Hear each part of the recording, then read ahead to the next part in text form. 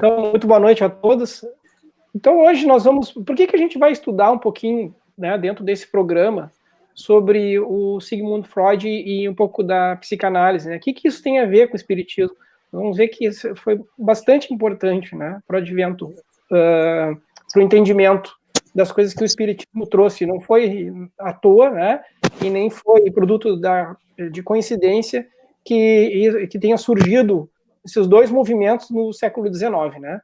Então, relembrando que nós passamos a estudar, a conhecer quem é a Joana de Ângeles e ver por que ela se dedica a essa questão psicológica, né, que é fundamental, então, e essa transformação íntima é o objetivo último da doutrina espírita, né, que se deu a partir, então, das manifestações dos fenômenos espíritas, o surgimento do espiritualismo experimental, o espiritismo, né, com as suas consequências, então, morais, né, e filosóficas. Então, nós estudamos o que era o ego, nós vimos acho que tem algum microfone aberto aí que está dando um chiadinho. A gente estudou sobre o que era o ego, né, depois sobre o desenvolvimento da personalidade, sempre numa perspectiva trazida pela Joana de Ângeles, né, que adota várias questões, né, trazidas pela psicologia analítica do Jung. Mas para a gente conhecer melhor essa questão, a gente obrigatoriamente tem que passar um pouco pelos estudos do Sigmund Freud, né, que antecedeu o Jung, né, foi um dos mestres do que o Jung teve. Então, nós vimos depois sobre o que era a personalidade total, a psique, né, que era diferente do ego, a jornada do ego, que é expressada nos diversos mitos, hoje nós vamos falar um pouquinho sobre isso também, até que trabalhamos um pouco sobre o que é a sombra, que está lá oculta no inconsciente, né, para descobrir o papel desse autodescobrimento e do significado existencial, que é tão importante, essa autotranscendência. Isso está cada vez mais claro, mesmo fora do meio espírita, né? Isso já era uma necessidade manifesta por todos os seres humanos, né? Independente, então, de local e de tempo, né? Que é dado através, então, das diferentes manifestações espirituais e religiosas que se tem, né? Não existe comunidade humana que não tenha, então, seus movimentos de transcendência, de religiosidade e de espiritualidade no sentido mais amplo, então, né? E isso é uma coisa que, para o homem moderno, que ficou, que sofreu um desafio, né?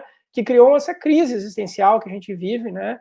Então, com a associação do materialismo, que, na verdade, esse movimento, o movimento positivista, foi uma revolta à religião dogmática, né? Ao conceito do Deus punitivo e etc., castradora, né? Então, a gente vai ver que, em parte, isso também foi o que levou a Freud, né, a considerar a religião, nesse sentido, como algo nocivo, né? E que o Jung depois resgatou, então, a psicologia analítica, né? Ele considerou isso, mas seguramente ligado, então, àqueles dogmas e àquele papel castrador, né, da religião tradicional, né? E não das diversas manifestações espirituais, né? Foi o que ele pôde compreender na época, né? Tem outras questões no inconsciente, conflito com o pai, etc., que eu não vou entrar em detalhes aqui. Então, hoje nós vamos estudar sobre essa estrutura psíquica para, então, termos condições de mergulhar um pouquinho mais na psicologia analítica do Jung, né? Que eu acredito que é a teoria para o século XXI, né? O Freud estava lá para o século XX, mas que foi muito importante, como a gente vai ver, como a própria Joana de Ângeles nos traz, né, no encontro de hoje. Para, então, chegarmos ao encontro com o tesouro, né, que é, então, a conquista de si mesmo, né, cujo exemplo é Jesus, então. Então, está aí uma figura do Freud, bastante conhecida. Então, o Freud, ele viveu essa encarnação entre 1856 e 1939, né? Olha só que interessante, ó. O Livro dos Espíritos, ele foi publicado em 1857, né? A edição do Livro dos Espíritos, um ano depois que Freud renasceu neste mundo, né? Então, não é à toa que os movimentos estavam surgindo junto, no mundo impregnado pelo positivismo, então, né? E por um lado, e por outro lado, pelo sectarismo religioso, os conflitos de ordem política relacionados à religião, e numa época, então, de extremo conflito, né, e de predomínio, então, do materialismo, né, sobre a religião tradicional. A partir de 1885, então, o Freud iniciou a estudar neuropatologia, ele era médico, né, então não existia uma disciplina como a psicologia, né, propriamente, eram médicos que faziam isso, e ele era um neurologista, né, estudou neuropatologia no Hospital Salpêtrière, em Paris, né, e ele se aproximou de um famoso médico na época, que era o Charcot, né, e a partir de 95, né, 10 anos depois, é que ele começou, então, a estudar o que eles chamavam de histeria, né? Hoje não se usa mais esse termo, né? Porque histeria, ele é um termo considerado até pejorativo, de certa maneira, né? Porque histeros quer dizer útero, né? Como se fosse o acometimento que daria só em mulheres, né? Que é uma coisa que é totalmente rechaçada hoje, né? Mas, enfim, era o termo que usavam na época. Então, em 1896, ele usou pela primeira vez o termo psicanálise, então, para descrever esses métodos de estudo, né, que foram se aprofundando até, principalmente a partir da publicação do famoso icônico livro, né, chamado Interpretação dos Sonhos.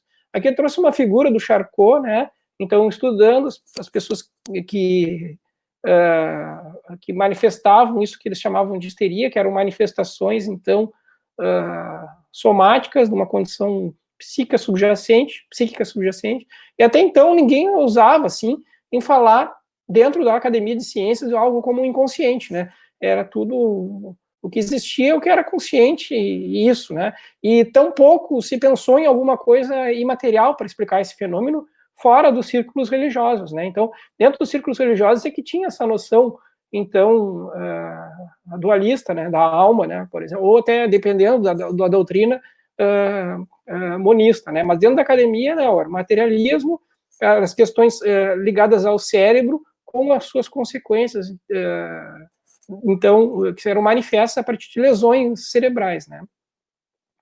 Isso levou, de certa forma, a uma abordagem topográfica ou regional, que a gente poderia dizer, né, que a mente como sendo, assim, um lugar, né, um espaço, mas, obviamente, um espaço virtual, né, até então não se tinha essa concepção, né, e ela veio a partir dessa análise dos sonhos, né, desses pacientes com histeria e outros problemas ligados, então, às neuroses, né, e às psicoses mesmo, né, e a psicanálise, então, surgiu como a teoria desses processos mentais que são profundos, mas que não são diretamente acessíveis à consciência, como a gente estudou antes, né, a consciência é uma pequena parte, né, que a gente tem acesso, né, que já na teoria da psicologia analítica é o ego que é o centro dessa consciência egóica, né, mas que, então, essa concepção do inconsciente era uma coisa muito mais profunda que estava surgindo aí, né.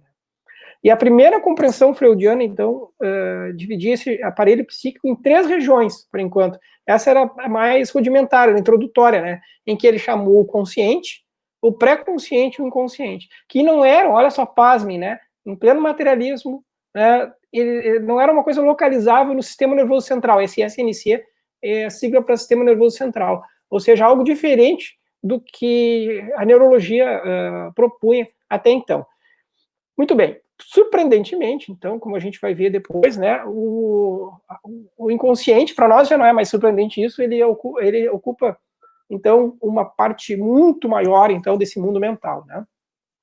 É interessante, eu trouxe uma questão aqui da Joana, né, que está publicado no Dias Gloriosos, né, então, que ela diz assim, ó, que essa discussão é bastante, isso aqui foi o Marlon Reikdal que escreveu, né, uma discussão bastante interessante para os espiritistas, né, para os espíritas, ou mesmo espiritualistas em geral, né, haja visto que o próprio Freud, então, abandonou o propósito de localização cerebral. Então, dentro daquilo que eu estava falando, né, não se falava em alguma estrutura cerebral ligada propriamente ao inconsciente, embora existam estruturas que a gente chama de sistema límbico, tem outras denominações, né, tem dentro do sistema límbico, o circuito de Papez, etc., que estão ligadas ao fenômeno emocional, né, dentro do fenômeno mental.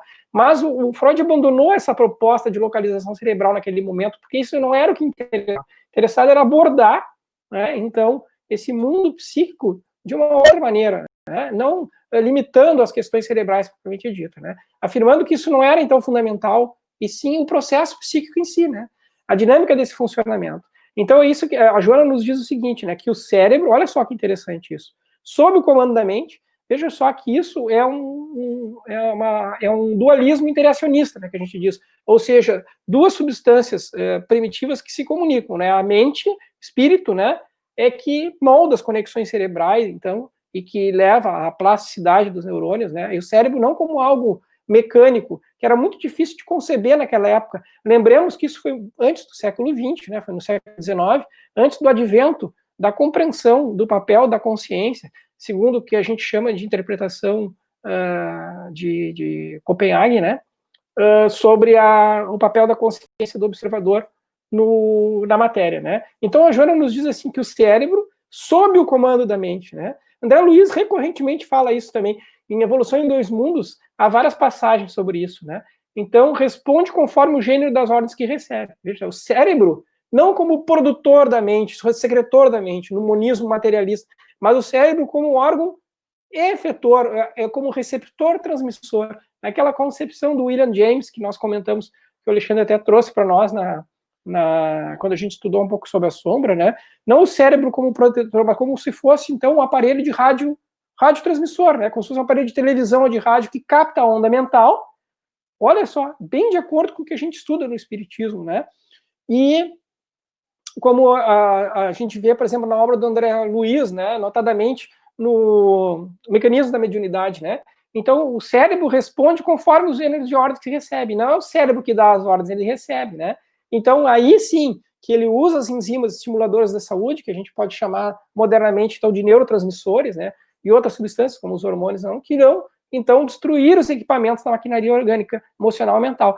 Daí, então, o surgimento dos psicofármacos, né? Dos medicamentos que são muito importantes, a gente sabe, né, para o tratamento das condições psiquiátricas. Até então não se falava isso, nem se imaginava, né, tratar com isso. Inclusive, coisas como as chamadas psicocirurgias, né, que surgiu a partir do estudo da lobotomia, né, que a partir de um acidente, um evento natural, né, em que o lobo pré-frontal do cérebro foi seccionado com alterações comportamentais, é que se começou, então, a estudar a questão orgânica, propriamente dito, disso, e que é bem importante mesmo, né? Então eu vejo que a Joana diz isso aí, o cérebro, sob o comando da mente, responde conforme o gênero das ordens que recebe, contribuindo então com essas enzimas estimuladoras, que a gente pode chamar então de neurotransmissores, né, e hormônios, né, que irão destruir sensíveis equipamentos da maquinaria orgânica, emocional e mental. Então a consequência no corpo físico é a consequência, né? E isso advém então dessa estrutura mental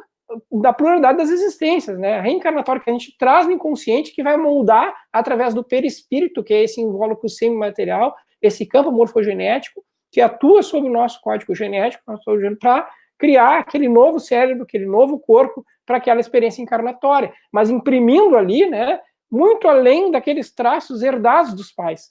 Então, porque a herança, então, que a gente traz, a herança física, ela serve como um molde, como se fosse argila, ou a massa de modelar, em que o espírito é que vai moldar com o que tem de disposição. Eu recebo um conjunto de peças de Lego, mas eu é que vou montar. Né? Claro que eu vou receber um conjunto determinado de Lego, outra pessoa vai receber outro, e assim sucessivamente. Estou comparando com o Lego justamente por isso, porque é assim que a gente vai montar, seria o DNA, né, que a gente recebe, e a gente vai montar de acordo com aquilo.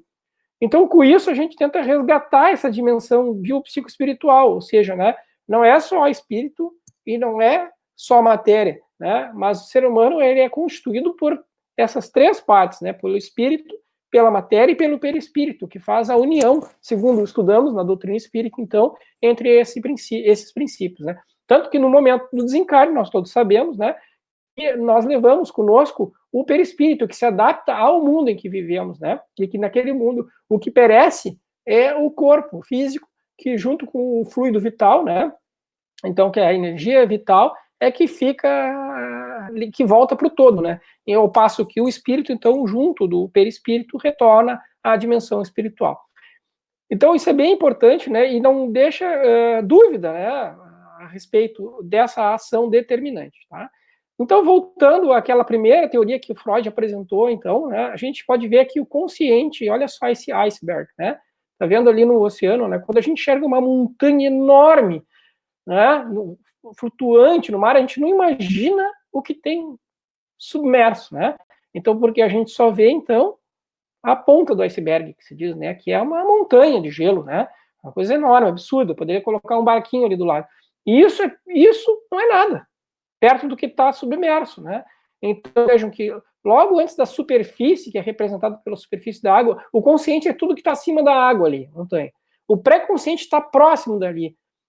São aqueles conteúdos que não são imediatamente conscientes para mim, mas que se tornam. Por exemplo, eu posso dar conta de alguma coisa, mas daí eu olho uma fotografia antiga, ó, aquilo que está no meu pré-consciente vem, mas aquilo não é inconsciente profundo, entendeu? Olha uma fotografia da minha infância, aquilo já é resgatado prontamente. Ou um determinado aroma que eu sinto, no outro encontro a gente falou sobre o protetor solar, que eu falei para vocês, né? Eu sinto, me lembro da praia, da infância, assim, de alguns momentos. Então todas as estão lá no pré-consciente, elas não estão imediatamente conscientes, mas se tornam conscientes facilmente, porque estão próximas à superfície. Enquanto que o inconsciente, ele pode se estender até regiões muito profundas e inacessíveis, né? E é isso que a gente vai ver, né? Como é que a gente vai tornando consciente algumas coisas, né? Lá que se oculta a sombra, segundo a teoria da psicologia analítica, e não a psicanálise propriamente dita. E vários mitos, então, eles descrevem isso que acontece no inconsciente, porque a gente sabe que o inconsciente é essa linguagem simbólica, né?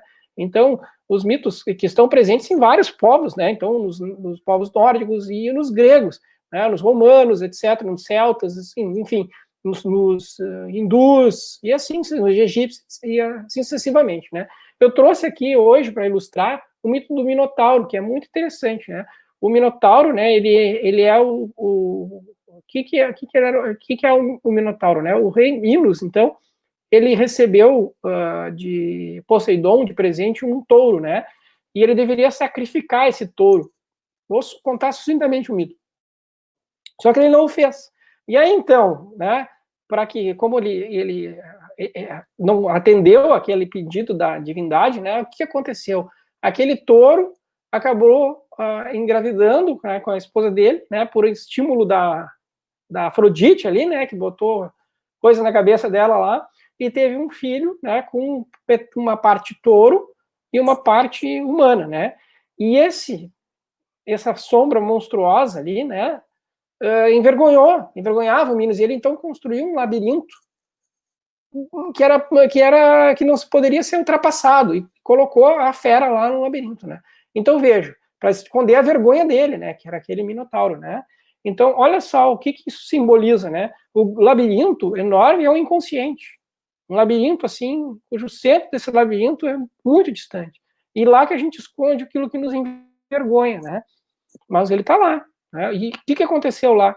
Enquanto ele foi crescendo, aquele menininho foi crescendo, se tornou um monstro poderoso, né?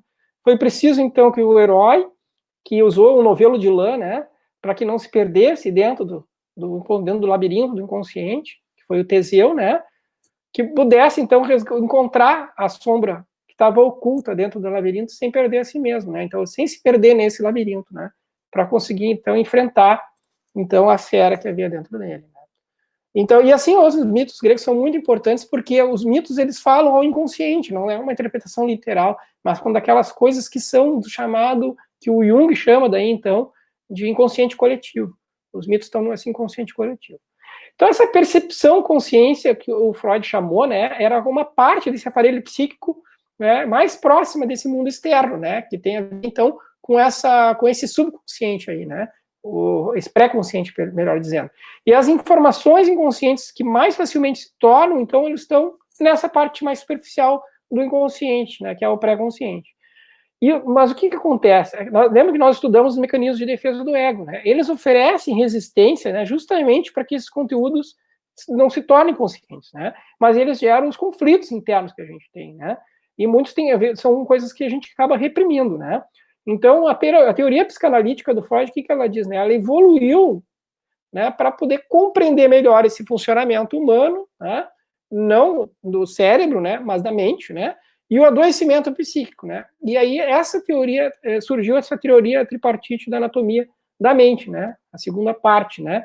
Então, que ele, detalhando isso, então, que trouxe-nos o conceito de ego e de superego.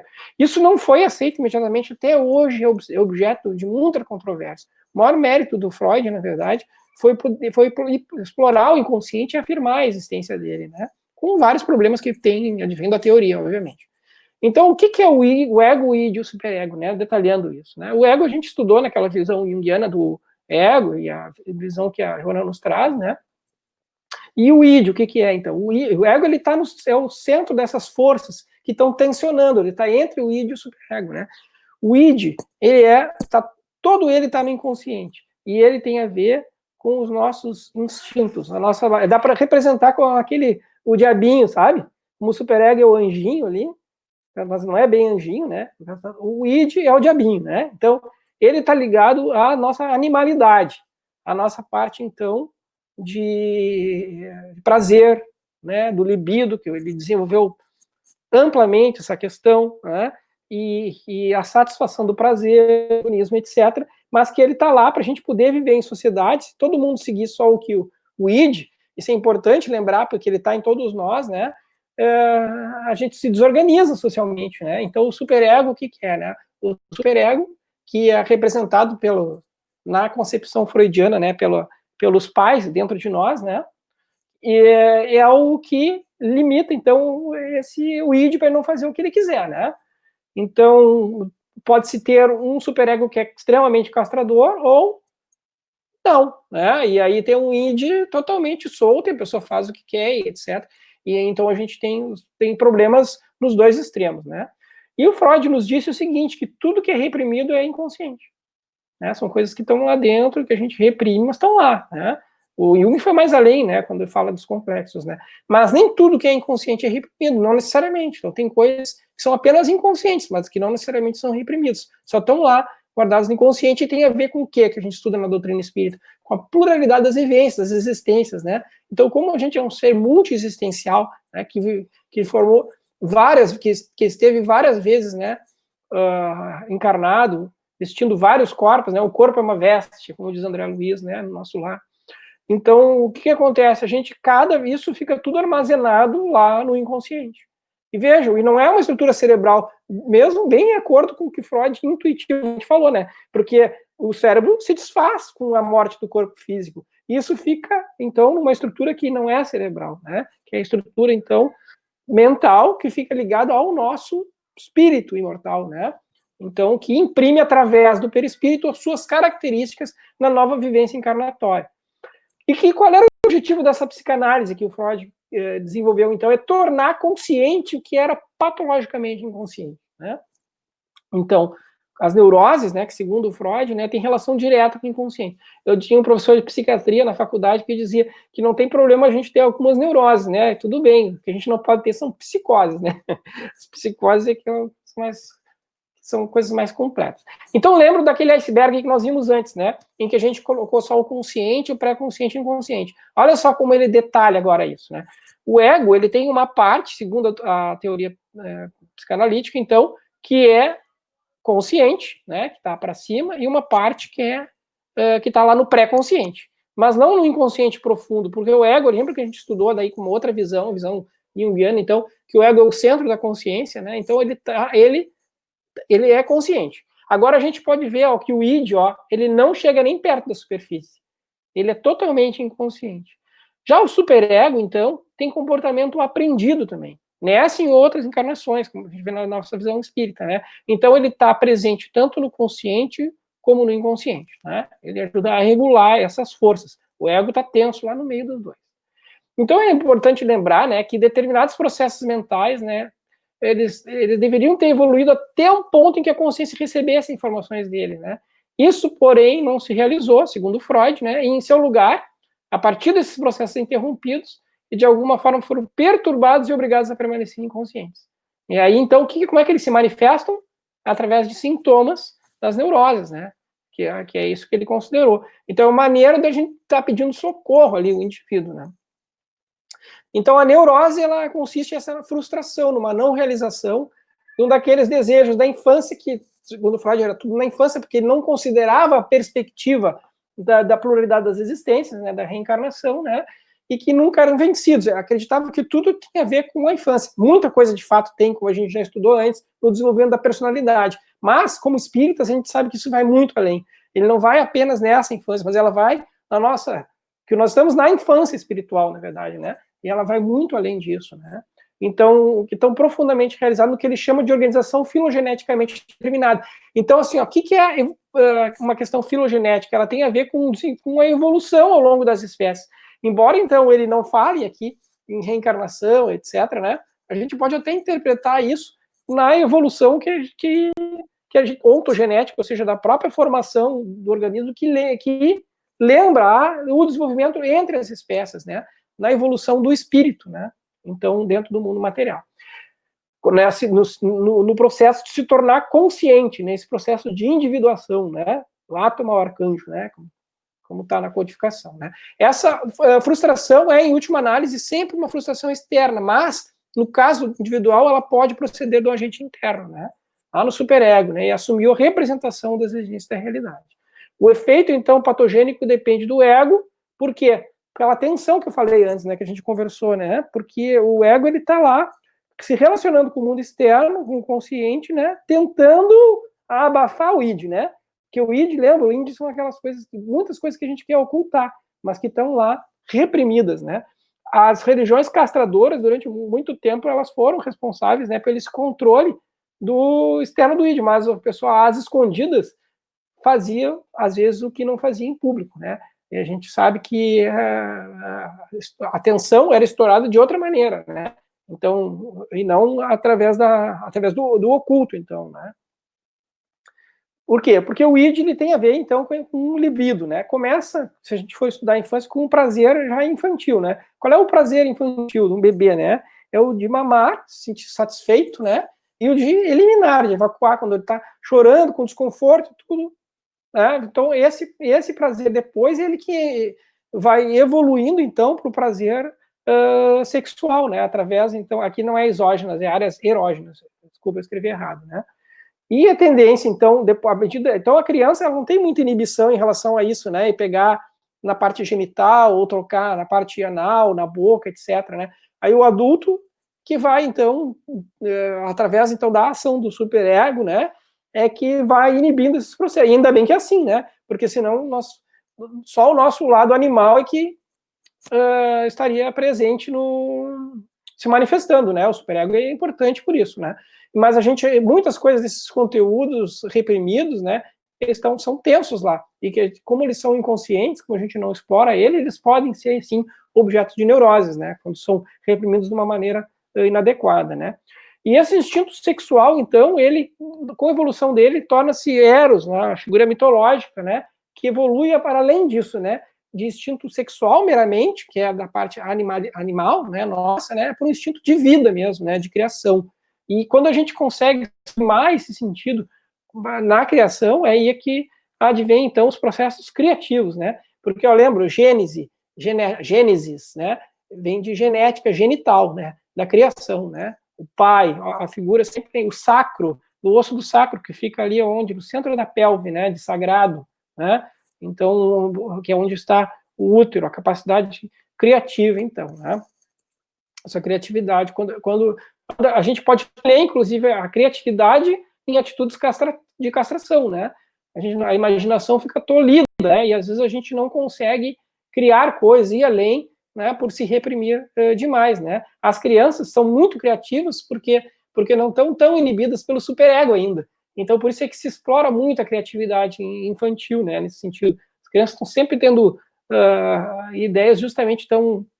E a gente tem a oportunidade, cada vez que a gente vive uma infância novamente, no processo de reencarnação, de exercitar novamente essa criatividade, né?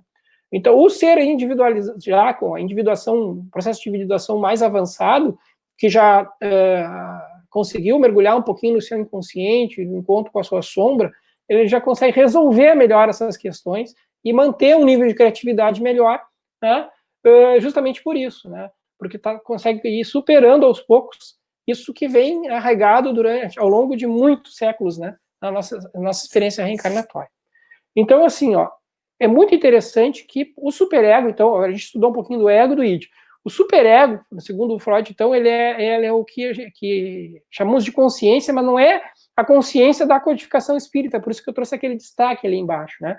É como se fosse o juiz, o censor para o ego, né? É aquele que diz para o ego menos, né? Ele que reprime o id, é o anjinho e o diabinho que tem lá, né? É mais, então, naquele sentido do Deus punitivo, mosaico, né? Se fosse comparar, né? que é os pais, né, dentro do, né, que tem a função de disciplinar o id, né, é a figura dos pais ali. Então ela tem, assim, ela tem a função dessa consciência moral, autoobservação, formação de ideias, né, então ele tem esse papel que é bem importante do superego, né. Mas olha só, ele não é a mesma denominação do espiritismo, de consciência ali, quando a gente chama de consciência, consciência do ego, é aquela mãozinha, voz da consciência, põe a mão na consciência, né, daquela representação. O anjinho diabinho é perfeito, eu acho, para entender o que eu quero dizer. Então, assim, na concepção, quando Kardec coloca isso lá no Livro dos Espíritos, né, que as leis de Deus estão inscritas na consciência, ele refere-se a uma coisa muito além disso, né, que não era considerada pelo Freud, que foi considerada pelo Jung mais adiante, que é a parte divina do homem, criado por Deus, né? Então, como é ateu, né, não considerava essa questão, mas a doutrina espírita foi além, ela compreendeu, então, a consciência como algo que vai muito além desse superego freudiano, né? Então, para Freud, o superego era o lado mais elevado do homem, mas ainda assim, de natureza animal, né?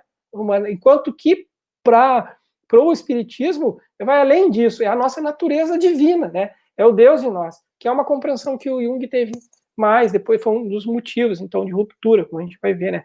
Porque provavelmente tinha questões relegadas ao próprio inconsciente do Freud ali, né? Que interferiram nessa noção também, né? Castrador, inclusive, da visão da religião tradicional, né? Então, para o Freud, então, o superego é o representante da relação com nossos pais, né? E o que a psicanálise tem a ver com o espiritismo? Então, agora sim, nessa segunda parte, que eu vou abordar essas questões que nos interessam, mais notadamente no estudo do espiritismo, né? Para a gente poder avançar nesse entendimento da psicologia espírita, né? O Marlon Rickdown, né, é um psicólogo, ele do núcleo da Joana de Ângeles, né, estuda bastante o assunto, frequente, tem vários vídeos na internet, né, que ele lança e ele participa de eventos das AMES aí. É muito legal ver o Michael Marlon falar, ele fala muito bem, se comunica muito bem, é um estudioso do assunto, né? Ele nos diz, então, no livro Refletindo a Alma, né, que o conflito freudiano entre o sujeito do desejo, que é, né, aí eu coloquei o id, né, em oposição ao ser social, né, o superego, né, ele não tem fim, entendeu? Nessa visão freudiana não tem fim, só tem que se acertar os dois, mas esse conflito entre desejo, né, e repressão do desejo não tem fim. E é definitivamente solucionado por quem não pela proposta psicanalítica, que só simplesmente aceita essa questão, né, trata, mas só torna consciente isso. Mas a proposta espírita vai além, porque ela redimensiona o ser, né? Além dessas condições materiais, físicas, né? Porque pro espiritismo a gente não é o id, o desejo, a primatividade, mas ele faz parte de nós. É muito mais próximo, então, da questão que o Jung nos traz, então, né? Que a sombra, sim, faz parte de nós, né? Da nossa parte humana, né? Mas nós temos em nós a parte divina, que é o espírito imortal, né? A nossa parte humana, mas para Freud, como o ser humano era esse ser físico, temporal e uma vida única, não tinha muito como ter uma solução para esse conflito, né?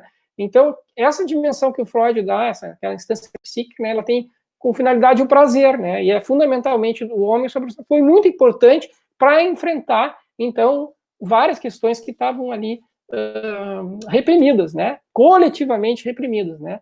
E teve, então, uma libertação a partir desse posicionamento, né? Então, mas o exagero disso também levou a gangorra para o outro extremo, né? Da libertinagem, né? Além não da liberdade, né? Além disso, né? Os excessos, obviamente, né? Então, a forma de ser, de existir no mundo, ele procede daquele id, né? Já na visão espírita, como nós estávamos falando antes, né? Quando a gente leva em consideração os diferentes mundos habitados, né? Os mundos primitivos, os mundos de prova e expiação, regeneração, felizes e celestes, né? Nós sabemos que nesses mundos de provas e expiação, tal qual o que a gente está vivendo, né? Ainda predomina a nossa condição de animalidade, né? Por isso é essa percepção que foi necessária, então, dessa questão do id não ter como ser superado essa questão, né? Mas como a gente sabe, né, pela doutrina espírita, que esse é apenas o início da cadeia dos mundos espíritos, né, da hierarquia celestial, né, a gente sabe que a nossa animalidade vai ser, então, domesticada, ela não vai terminar, né, pelo Deus em nós, né, então, à medida que a gente vai evoluindo e conhecendo isso. Então, a gente vai conseguir iluminar diluir essa sombra nesse processo individuação que foi trazido mais adiante pelo Jung, né? Então, por quê? Porque a gente foi criado por Deus com o destino a essa perfeição relativa que os espíritos superiores nos falam, né? E isso, né, foi o que Jesus disse quando disse que nós somos deuses, né? Não poderíamos estar se referindo à nossa parte humana animal, né? De jeito nenhum. Mas a questão, então, da deidade em nós é justamente, então, o que mais a gente estudou e vai continuar estudando na psicologia analítica é o self, né? É Deus em nós, o espírito imortal. E não nessa perspectiva de uma única encarnação, né? Então, nessa perspectiva do homem carnal, exclusivamente, restrito ao corpo físico, o corpo morreu, desapareceu o sujeito, né? Então, ou seja, apenas da parte mortal, mas que de fato existe, né? Tanto que a gente desencarna, o corpo é mortal mesmo, né? O entendimento, então, espiritual domina esse conflito, né, entre a pulsão e o ideal realmente aceito, porque até existe um conflito moral. Qual é a necessidade da moral se tudo se acaba, né? Se tudo é essa experiência única, né? E é o acaso, isso não faz o menor sentido, não tem nenhum propósito, né? Então isso que acaba levando às atitudes hedonistas, então, ou de supressão da dor a qualquer custo, né? Seja a supressão da dor que ainda não veio através do abortamento, ou da dor que não tem sentido, como na eutanásia, ou naquela em que a pessoa não se vê perspectiva de solução e como a vida termina mesmo com a morte do corpo físico e o nada é o que nos espera, segundo essa visão, então o suicídio é plenamente justificado e isso seguramente está enraizado na nossa sociedade e por isso que a gente está vivendo essa época dessa verdadeira revolução interna e externa, né? Agora, com a pandemia, a gente está vendo como isso está realmente afetando as pessoas, né? Aquelas que têm, então, um desenvolvimento autotranscendente melhor, que tem um apoio, e por isso não é à toa, né, pessoal? Isso está vindo, né, através de várias manifestações. Mais gente meditando, fazendo yoga, indo na igreja, indo no culto evangélico, assistindo as palestras espíritas, cada um com o seu entendimento sobre a questão espiritual transcendente, não, que é a maneira da gente conseguir enfrentar, mas através de um coping religioso que seja positivo e não negativo, castrador, né? Daquele que liberta e não daquele que escraviza, né? Então, e a doutrina espírita, quando bem entendida, ela é profundamente libertadora. E não, se ela está escravizando, alguma coisa está errada, né? Então, essa postura não pode ser, ela tem que ser libertadora no sentido do autoconhecimento, conhecimento do perdão, né? Essa é a grande proposta de Jesus, né? Conseguir perdoar, se auto-perdoar e amar, né? É condição para o amor, nessa fase em que a gente tem muito a perdoar, né? É o perdão, justamente, né? Não é à toa, né, que Abigail fala para tá nas 4 palavras lá da Abigail pro Saulo, né? Ama, trabalha, espera, perdoa, né? Então, compreender o ser humano, né, que antecede o corpo físico, que é uma compreensão que nós espíritas temos, né? Graças ao advento dessa doutrina que surgiu aí para e passo com a psicanálise, né? E que continua esse périplo espiritual depois, então, da morte do corpo, né? A gente percebe que o sujeito é muito mais do que essa luta que o Freud entendeu entre o ideal e o primitivo, né? Muito mais que isso. Por isso que o espiritismo, né, a psicologia espírita, ela conseguiu ir muito mais além, pessoal. Olha que bacana isso, né? Porque ela não nega esse conflito, né? Ela não nega que haja a sombra, né? Então, a gente sabe que é bastante primitivo, tanto que a gente mora no mundo, não é um mundo primitivo, mas é o logo que vem depois desse, que é o de provas e expiação, né? Então, a própria tomada de consciência disso, eu vivo no mundo de provas e expiação, né? E é através da minha transformação é que eu vou transformar o mundo, e não o contrário. Não é a transformação do mundo que vai me transformar, né? Minha transformação vai transformar o mundo, né? E nessa transformação é solidária, porque todos nós é como se cada um não tem uma perna, não tem um braço, não tem um olho, moralmente falando, entendeu? E um apoia o outro, um ajuda o outro. É assim que Jesus montou o seu apostolado, com terráqueos, né? Humanos, né? Que estavam com seus problemas, né? Porque esse é o caminho, é nós que temos que nos levar uns aos outros, um laço de solidariedade e fraternidade, cada um com o que pode se dar, né? Sem ficar, então, se julgando ou saber, eu não tenho o que dar de mim, todos temos que dar, e é para isso que nós estamos juntos, estamos ligados neste mundo justamente para isso. E essa é a grande jornada que estamos traçando juntos, né? Então, talvez até mais aqui do Imaginando Conforme, então a gente está estudando aqui, né? Tem pessoas que sucumbem, né, como a gente está estudando aqui, nessa sexualidade desequilibrada, justamente por não conseguir compreender e lidar com esses desejos reprimidos, né? Porque eles estão ocultos lá na sombra, né? E que, se encontrarem uma válvula de escape, pode se manifestar de uma maneira bem torta, né? Como a gente sabe, né?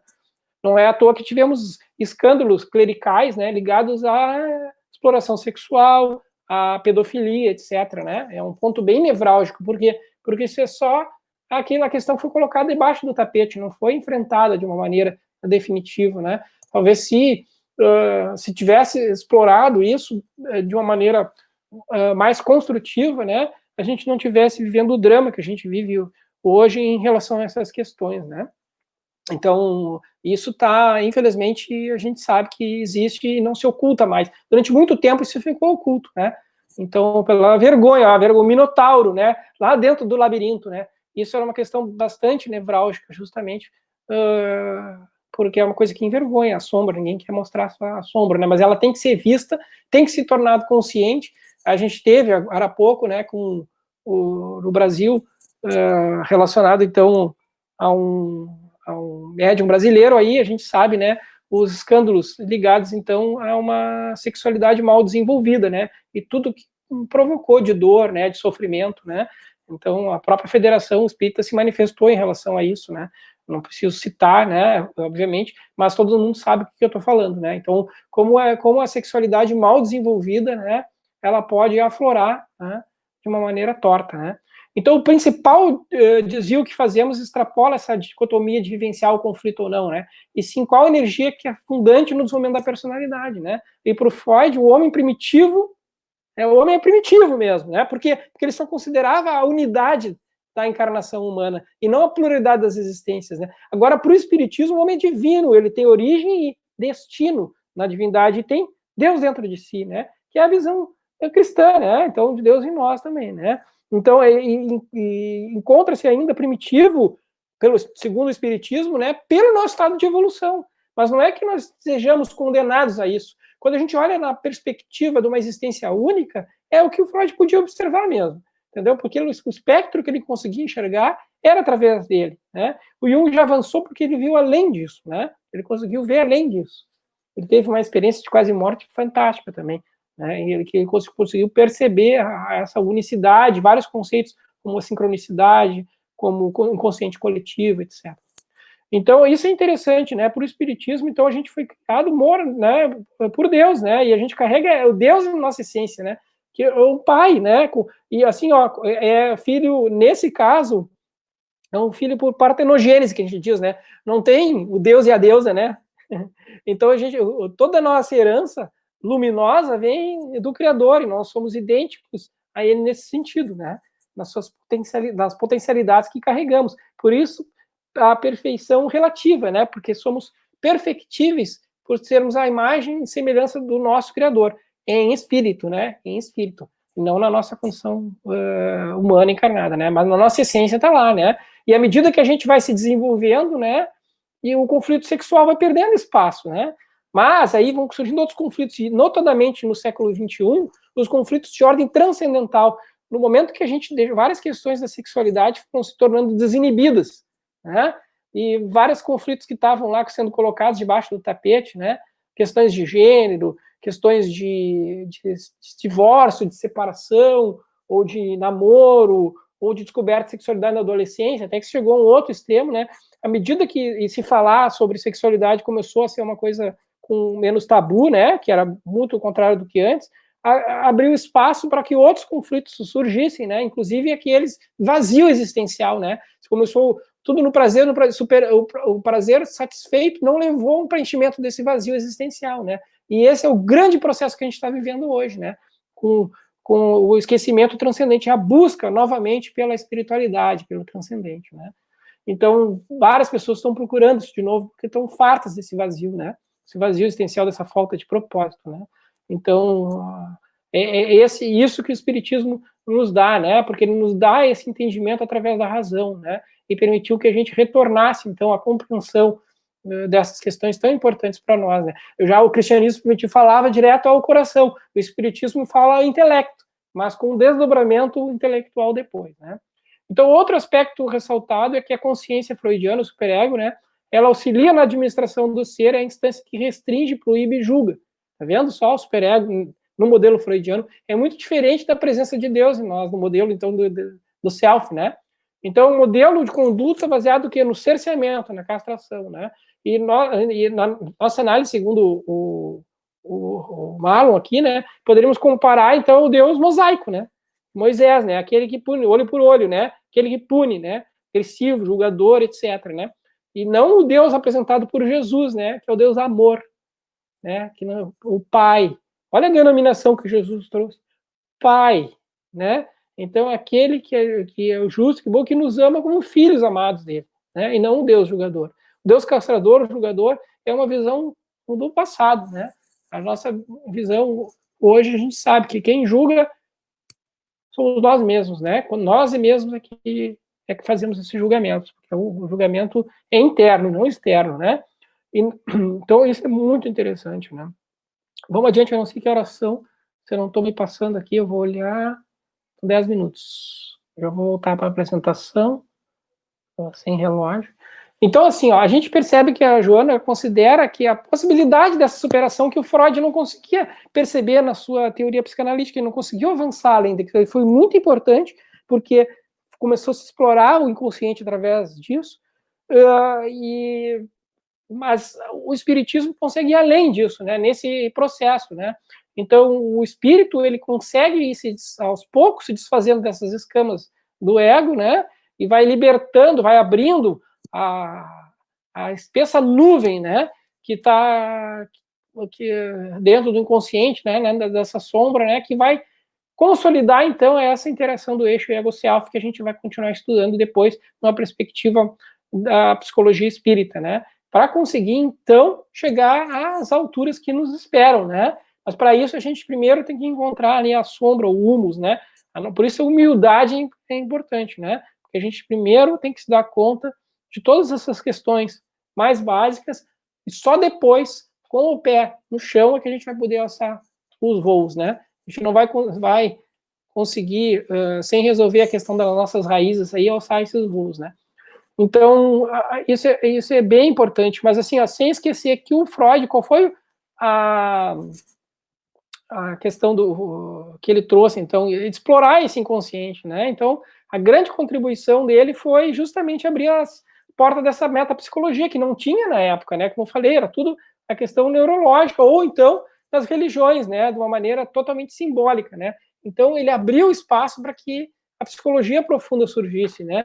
Então, ele foi, então, desbravador nesse sentido, não conseguiu ir além, né? Pelas questões de época em que vivia, pelas próprias questões pessoais, era um trabalho muito bonito para uma encarnação só, né? Então foi bem interessante. Então a gente não pode, apesar de toda a controvérsia, de toda a limitação da teoria psicanalítica, né, desprezar a contribuição que teve para, principalmente nesse conceito de inconsciente, né? E dessa possibilidade de descobrir esse inconsciente, né? Então isso é um trabalho essencial da psicanálise, né?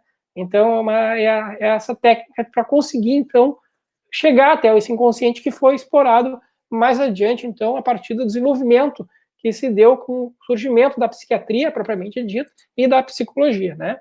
Então, para o Freud, então, a divisão do psíquico, né, do que é consciente e inconsciente, ele foi a premissa fundamental, então, da psicanálise e que, então, serviu para o desenvolvimento das outras teorias psicológicas, né? E a partir dos vários discípulos e que foram dissidentes em muitos aspectos, né? Então, é muito interessante, né? E olha que nem todo mundo aceita, muitas pessoas, na verdade, não aceitavam essa ideia do inconsciente, né? Então, isso pode ver nesse sentido como foi desprovador, né? Então, é muito interessante, né? Que ele escreve também assim, ó, isso aqui eu leio o que o Freud escreveu, ó. Se eu pudesse supor que toda pessoa interessada em psicologia leria esse livro, sobre ele mesmo falando, né, do livro dele, deveria também teria preparado para descobrir que, neste ponto, alguns meus leitores se deteriam abruptamente e não iriam adiante, pois aqui temos a primeira palavra de teste de psicanálise.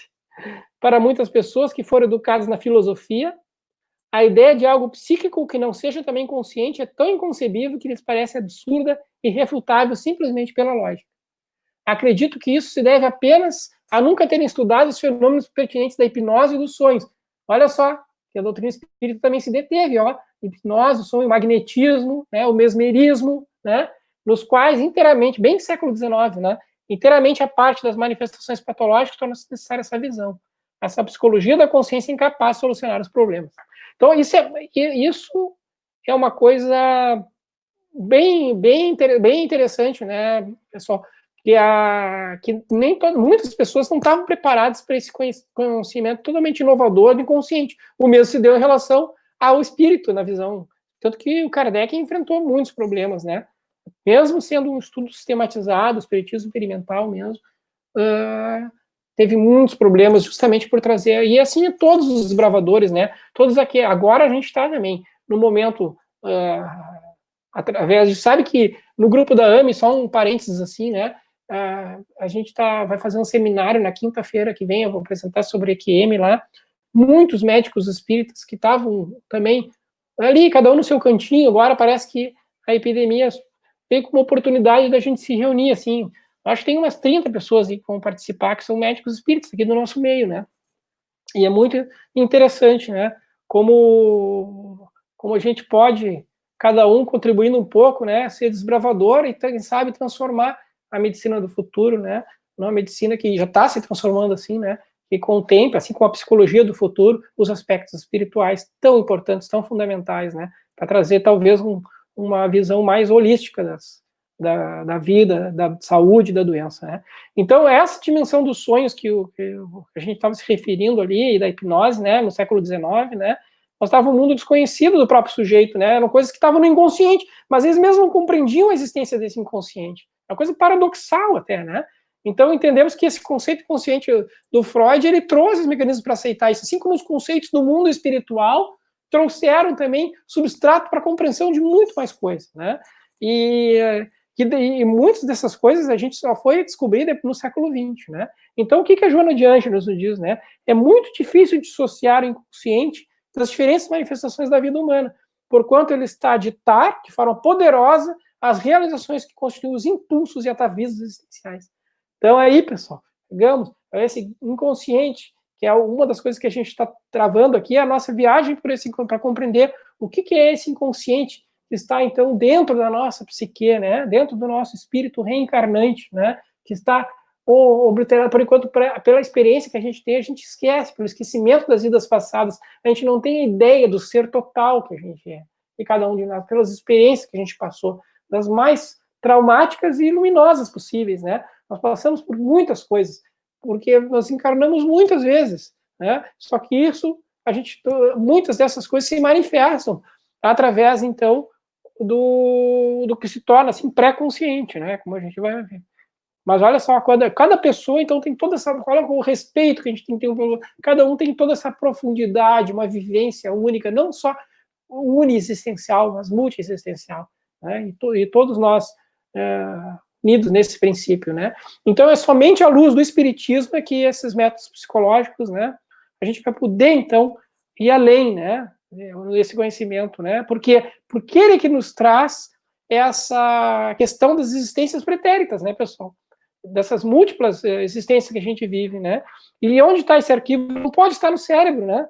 Porque o cérebro, ele morre com o corpo, né? Faz parte do corpo. Ele está onde? No espírito imortal, né? Que se manifesta no mundo material através, então, do campo, do modelo organizador biológico, do perispírito, né? Na própria palavra do caso, trazida pelos espíritos superiores na codificação, né? Então, todas as conquistas do pretérito, elas estão depositadas onde?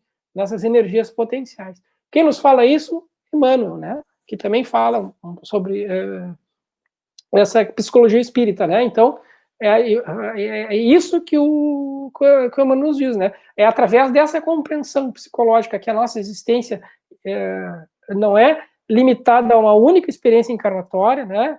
Dos princípios fundamentais da doutrina espírita, que resolveu muitas das questões, como a da eternidade das penas, né? A do julgamento externo,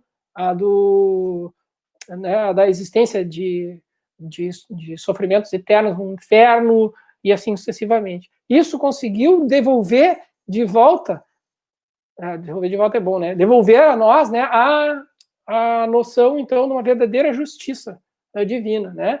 Dentro, então, da grande, uma compreensão maior, né? Então, da bondade divina, né, da misericórdia divina em relação a nós. Então, a grande contribuição do Freud, principalmente para nós espíritas, né, que tentamos compreender essa transformação moral, é entender que não existe possibilidade de anular o sentimento e esquecê-lo. Entendeu? Não dá para ocultar no inconsciente, né, pessoal? Como se tudo estivesse bem. A gente tem que ir lá no Minotauro, tem que ir lá, tem que ser como o Teseu. Essa é a jornada heróica do ego que nós estudamos. Nós precisamos, então, encontrar o monstro dentro de nós, entendeu? A gente precisa fazer isso nesse mecanismo. E a gente vai encarnar tantas vezes quanto forem necessárias para a gente conseguir fazer esse percurso. Isso é para o nosso bem, nossa individuação e para que nós possamos nos tornar de fato conscientes. E o Paulo de Tarso nos diz em Carta aos Romanos, ali, né, que realmente não faço o bem que quero, mas o mal que não quero. Se faço o que não quero, então não sou eu quem age. Tá vendo só? Como não tinha a linguagem simbólica do que ele está se referindo aí, né? Outra parte da personalidade dele que ele identifica como sendo o outro, né? Que é o inconsciente, né? Então, que é esse outro eu que não quero, né? Então, já é uma maneira de dizer que está falando sobre isso, né? Então, assim, ó, ele, embora esse outro que age em mim seja nominado de diferentes formas, né? Ainda na atualidade, né? Como a gente estudou nos outros encontros, né? O Freud, então, ele chamou de inconsciente. E com isso ele deu novos rumos no processo de libertação. Isso que o Freud chamou de inconsciente, a gente chama de espírito, né? Identificando, então, em nós mesmos o problema alternativo que nos conduz à felicidade, né? Tá aí, ó. O Freud chamou de inconsciente e a psicologia espírita chama de espírito, tá? Então, vejam só, surgindo esses dois movimentos paralelamente no século XIX, nos trouxe essa noção muito maior do que de fato nós somos. Ele está presente no cristianismo, né? Primitivo ali, mas na mensagem simbólica, né? Jesus nos falou o tempo todo desse inconsciente, né? Falou da projeção, falou da presença dele dentro de nós. Tudo isso ele falou, de uma linguagem que podia ser entendida diretamente pelo espírito, né? Sem passar necessariamente pela compreensão racional disso. E o espiritismo, né, assim como a psicologia, ele trouxe isso para o mundo da razão, né? Por quê? Porque o ser humano ele chegou num estágio, então, em que ele precisa também compreender isso conscientemente, né? Ele não aceitava mais apenas a sensação disso, precisava, então, que aquilo se tornasse racional. Por isso é que a fé inabalável, segundo Kardec, então, é aquela que pode encarar a razão frente a frente em qualquer época da humanidade, né? Esse é o substrato. Por isso que o espiritismo surgiu como algo experimental e científico, para depois ter as suas consequências filosófico-morais, né? Então, o Freud chamou inconsciente, a psicologia espírita chama de espírito, como ele mesmo mostrou, não é apenas o depositório de experiências passadas. E veja o que tem em comum nele, né? Essa questão da imaterialidade. Né? Aqui para nós é bem claro isso, né? Obviamente que não pode ser material, né? E não está arquivado como se estivesse num baú, né? A gente tem uma outra visão disso. Talvez seja mais correto dizer que está na nuvem hoje, pelo conhecimento que a gente tem, né? Então, isso é algo extremamente dinâmico, né? A gente e que impulsiona as nossas atitudes, né? E que aflora de uma viagem ou de outra. A única maneira da gente descobrir é essa viagem interior que a gente está propondo, né? Então, nós como espíritas ainda sofremos preconceitos por essa crença no transcendente. Muitas pessoas ainda não compreendem isso, sobretudo no meio acadêmico, né, que já está modificando, né? Mas olha só, né, é uma coisa, a codificação, assim como a psicanálise, é uma coisa relativamente recente na história da humanidade, né? Mas a coragem, então, de Kardec, ou mesmo a coragem do Freud, né, e de outros desbravadores, né, eles levaram, então, descobertas que estavam em oposição àquilo que era socialmente aceito. Isso já foi com várias coisas, né, pessoal? Com os micro-organismos aventados por Pasteur na origem das doenças infecciosas, né? Na Terra, como não tendo o centro do sistema solar, mas o Sol, na necessidade de lavar as mãos para evitar infecções, como Inácio Semmelweis mostrou, e assim sucessivamente, né? Vários conceitos, todos que foram pioneiros, né, em mudar o paradigma, e mesmo em relação, então, a alma, né, e as relações da mente com o cérebro, tem que enfrentar essa resistência, né? Então, o que ele apresentou à sociedade científica equivale o que a gente dizer o que Kardec apresentou à sociedade científica também. Algo que chocou e que enfrentou resistência, né? Muita resistência. Porque, segundo Arthur Schopenhauer, eu gosto muito dessa frase, né? Uma verdade nova, né? Ela é violenta, ela é ridicularizada. Se ridicularizou o espiritismo, as mesas girantes, virou objeto de deboche, de shows e tal. Para depois, segundo Schopenhauer, for violentamente hostilizada, como foi no ato de fé de Barcelona, né? Em que o livro dos Espíritos foi queimado, né? Para, enfim, ser aceita como autoevidente, como a gente está vendo agora no advento do século XXI, né? A partir, então, de outras questões que vêm comprovando, desde da teoria quântica da mente, da mecânica subatômica, das experiências de quase morte, outros estados alterados de consciência, e assim sucessivamente, né? Que vem então permitindo, e mesmo em outras questões, por exemplo, o próprio Albert Einstein, né, em relação à teoria da relatividade, aquilo foi só uma teoria, e só à medida em que o século XXI, aceleradores de partículas, e outras coisas foram surgindo que puderam ser observadas e comprovadas, muitas delas, né? Então, muitas coisas que já foram absurdas no passado, né? Hoje a gente vê que o absurdo é o contrário. E ainda hoje tem terraplanistas, né? Pessoas ainda falando na Terra plana, né? Apesar de ter visão do espaço da Terra, né? Então, é interessante, deixa eu só ver o horário, se eu não estou passando do horário. Passei 5 minutos. Só para encerrar, então, né? O que a Joana de Ângeles fala, então, sobre a contribuição da psicanálise para a psicologia espírita, só para a gente encerrar, então, né? Então, vamos ver. A Joana nos diz assim, ó. Graças à coragem e ao valor moral do Sigmund Freud, quebrando os tabus que envolviam o sexo no fim do século XIX, abriram-se as fronteiras do desconhecido nessa área, facultando o melhor entendimento das necessidades humanas. A psicanálise tem contribuído valiosamente para o entendimento de muitos conflitos que desarmonizam as criaturas terrestres, ensejando ajustamentos nesta área que jazia ignorada na superstição, pela falsa pudícia, por interesses religiosos escusos. Né? Muito bem, desculpe, eu passei um pouquinho, né? Espero que tenha ficado contento. É muito complexo isso, obviamente, né? Mas na próxima encontro, a gente então vai mergulhar mais ainda nisso, né? Para chegar então no Carl Gustav Jung, né? Cujas ideias, né? Na minha visão, foram muito mais avançadas do que Freud, foi um desbravador, sem dúvida, como a Joana nos diz aqui. Mas Jung, ele mergulhou mais fundo nisso aí. Então, era isso para hoje, pessoal. Queridos irmãos, possamos agora levar o nosso pensamento ao nosso Criador, que nos criou com tanto amor e destinados a reencontrá-lo, a partir dessa maravilhosa viagem, das sucessivas experiências na encarnação, com todas as suas dificuldades, mas também suas glórias de autossuperação, de autoentendimento. Que possamos nos unir em pensamento fraterno e solidário, a fim de auxiliarmos espiritualmente e mesmo materialmente todos os nossos irmãos que estão passando agora pela provação da pandemia.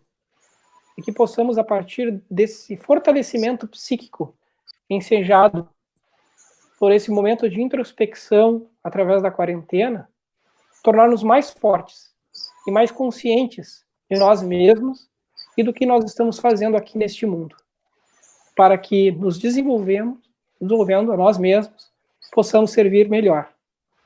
E servindo melhor, para que Jesus, de fato, habite em nós.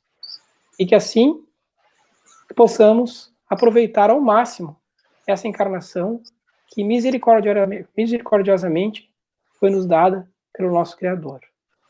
Que os espíritos protetores da casa e aqueles que nos assistem, nos protegem e que nos enxergam numa perspectiva muito mais ampla do que aquela que podemos captar através do nosso limitado consciente, estejam sempre nos inspirando conosco, a fim que possamos nos desenvolver com segurança, amor e paz.